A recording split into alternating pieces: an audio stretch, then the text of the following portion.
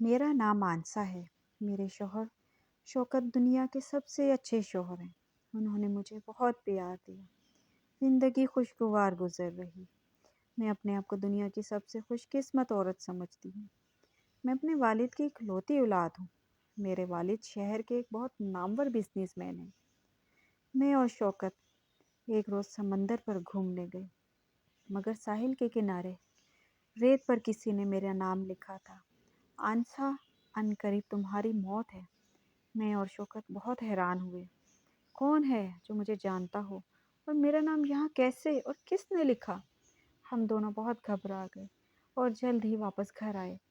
घर आकर मैंने जल्दी से दरवाजे बंद किए और अपने रूम में बैठ गई। शौहर ने मुझे समझाया, मगर मेरा डर नहीं कम हो रहा था।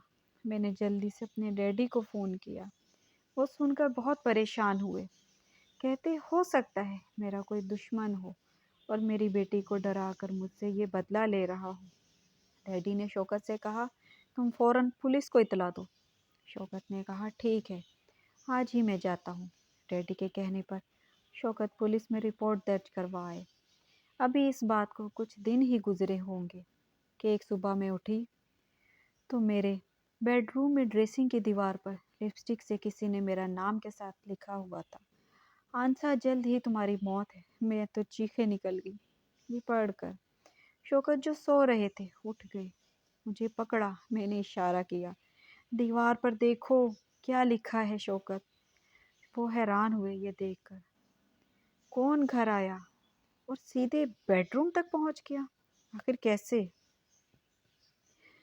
शौकत बाहर भागे। देखा तो गेट भी लॉक था। आखिर घर के अंदर कैसे कौन आ सकता है? और यहाँ दीवार पर लिखकर चला भी गया। अब तो शौकत भी बहुत परेशान हुए और फौरन पुलिस स्टेशन गए। थोड़ी देर बाद एसएचओ के साथ दो पुलिस वाले आए। घर की अच्छी तरह तलाशी ली। वो कह कर रहे थे कि घर के अंदर दो ही रास्ते हैं, या तो गेट है या फिर खिड़की, और दोनों ही बंद, तो तीसरा कौन सा रास्ता हो सकता है?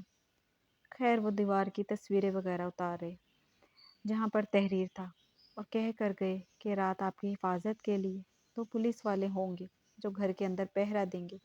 देखते हैं कौन आता है। उन्होंने जाते जाते हम दोनों से तहरीर लिखवाई जो दीवार पर लिखा था, अलग अलग पर्चे पर। थोड़ी देर बाद शौकत भी तैयार होकर ऑफिस के लिए निकल गए, क्योंकि उन्हें दफ्तर में बहुत काम था। वो बार बार फ़ोन करके मुझसे मेरी खैरियत पूछते। उस रात के बाद दो पुलिस वाले हमारी हिफाजत के लिए घर में होते। इस तरह एक हफ्ता गुजर गया और कोई मसला ना हुआ। खैरियत से सब रातें गुजर गईं। पुलिस वाले भी घर में पहरा नहीं देते थे। शौकत भी रोज़ दफ्तर जाते थे। वहाँ से मेरी खैरियत पूछते रहते थे, दो तीन बार फ़ोन करके। और डैडी भी रोज़ घर चक्कर लगा लेते थे खैरियत पूछने के लिए। एसएचओ दिन में एक आध बार तफ्तीश करने आए। उन्होंने पूछा, घर में क्या कोई मुलाजिम रखा? मैंने कहा, नहीं, मुझे मुलाजमों का काम पसंद नहीं आता, इसलिए मैंने कभी कोई घर पे मुलाजिम नहीं रखा था।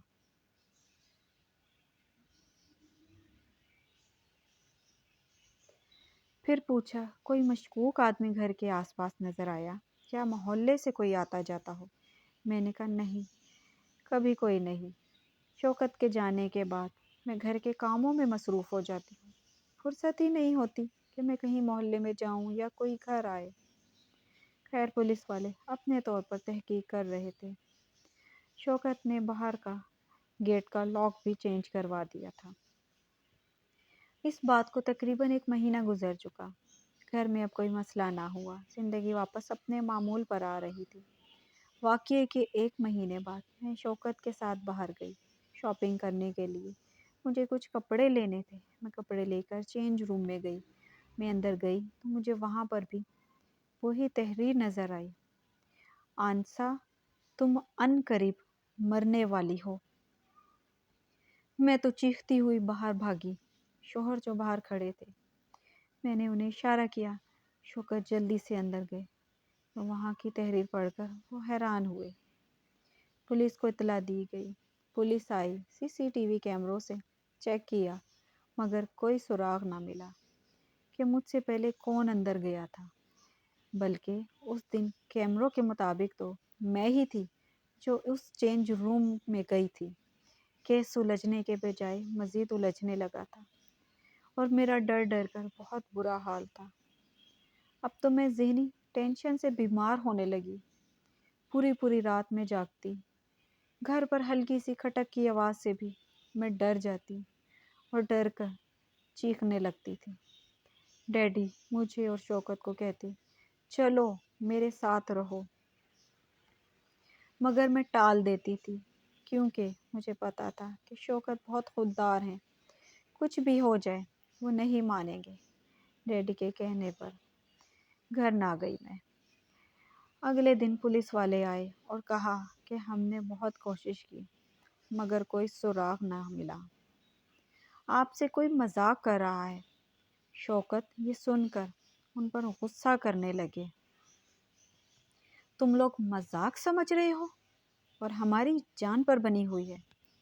تبھی ایس ایچ او نے ریوالور نکال کر شوکت کو کہا، ہمارا کھیل ختم مائی ڈیئر، ایسے کھیل اچھا کھیلا تھا تم نے، ہم اتنے دن سے مکھیاں نہیں مار رہے تھے، ہمیں تو تم پر پہلے ہی دن سے شک ہو گیا تھا، بس ٹائم لگا ثبوت اکٹھا کرنے میں۔ شوکت چیخنے لگا، کیا بکواس کر رہے ہو، کیسے کہہ سکتے ہو تم لوگ کہ میں ہوں؟ میں جو کچن میں تھی یہ شور سن کر بھاگی آئی، مجھے یہ سب سن کر یقین نہ آیا۔ پولیس والا بولنے لگا، ہم نے معلومات اکٹھا کی تو پتہ چلا کہ آنسا کے مرنے کے بعد ساری جائیداد تمہارے نام ہو جائے گی، جو کہ اس کے باپ نے آنسا کے نام کی ہوئی ہے۔ تم نے پلاننگ کی جلدی آنسا کو اپنے راستے سے ہٹانے کے لیے، آنسا کو ڈرانے لگے اور وہ ذہنی مریض بننے لگی۔ تم اپنی منزل کے تقریباً نزدیک ہی تھے، بیچ پر بھی تم نے پہلے ہی سے لکھوایا دیا تھا آنسا کو دھمکی والی تحریر، تم اس کے ساتھ تھے، تم اس کو خود وہاں باتوں باتوں میں اس جگہ پر لے گئے، اپنے روم میں بھی تم نے خود لپسٹک سے لکھا تھا۔ شوکت چیخا، تم ہم سے لکھوا کر تو گئے تھے، کب میری تحریر میچ ہوئی تھی؟ پولیس والا بولا اور ہنسا، جناب آپ نے دیوار پر الٹے ہاتھ سے لکھا تھا اور ہمیں سیدھے ہاتھ سے لکھ کر دیا ہے۔ مال میں بھی تم نے آنسا کو لے کر گئے تھے، اس سے ایک دن پہلے تم خود اس مال گئے تھے، پولیس والے تمہارے پیچھے ہی تھے اور وہ تحریر تم خود رات میں لکھ کر آئے تھے۔ اس مال کا مالک تمہارا دوست ہے، وہ گرفتار ہو چکا ہے اور اس نے سب قبول کر لیا ہے۔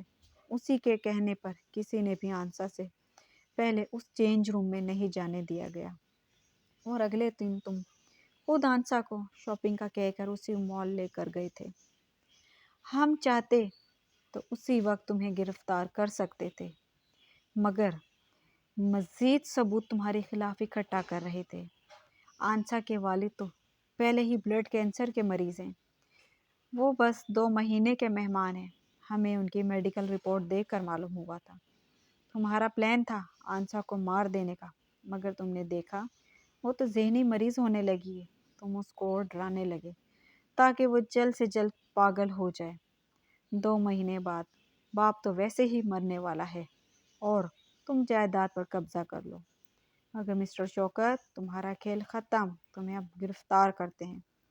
میں جو کھڑی تھی یہ سب سن رہی تھی، شوکت کے پاس آئی اور زوردار تھپڑ مارا اور کہا کہ نیچ لوگ ہمیشہ نیچ ہی ہوتے ہیں، صحیح سمجھا رہے تھے ڈیڈی کہ غریب گھر کے لڑکے سے شادی نہ کرو، مجھے یہ لڑکا ٹھیک نہیں لگتا، مگر میری آنکھوں پر تمہاری محبت کی پٹی بندھی ہوئی تھی، میں اندھی ہو گئی تھی تمہاری محبت میں، نفرت ہے مجھے تم سے اب۔ پولیس شوکت کو گرفتار کر کے لے گئی اور میں نے ڈیڈی کو فون کر کے سب بتایا اور ان سے معافی مانگی، میں نے آپ کی بات نہ مانی اور کتنا بڑا دھوکہ کھایا آج۔ ڈیڈی اسی وقت گھر آئے اور مجھے اپنے ساتھ لے گئے، میں وہیں اپنے ڈیڈی کے ساتھ ان کے گھر رہتی، ان کی خدمت کرتی۔ 2 مہینے بعد ڈیڈی کا انتقال ہو گیا اور اب میں اپنے ڈیڈی کا سارا کاروبار دیکھ رہی ہوں۔